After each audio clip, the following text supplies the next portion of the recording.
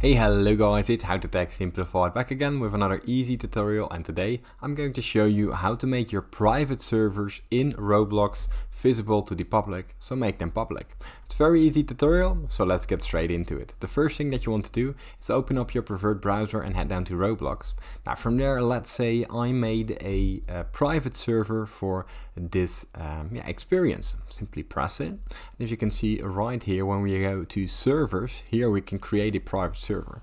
Now let's say How to Tech Simplified.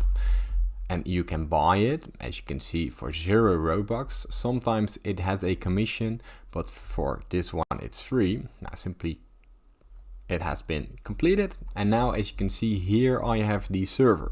Now if I want to make this public instead of private, because it's set to private first of all, we go to the 3 dots right here and we go to configure, and inside configure we scroll all the way down, and here we have the friends allowed option. Now simply make sure that this has been turned on so that your friends are allowed to join your server, and then it's set to public. What you can also do is add people to the server list to simply already make sure that they can see the server, and here you can generate the link so your friends can join you. Now from there you can easily set it to public and friends can join your private server.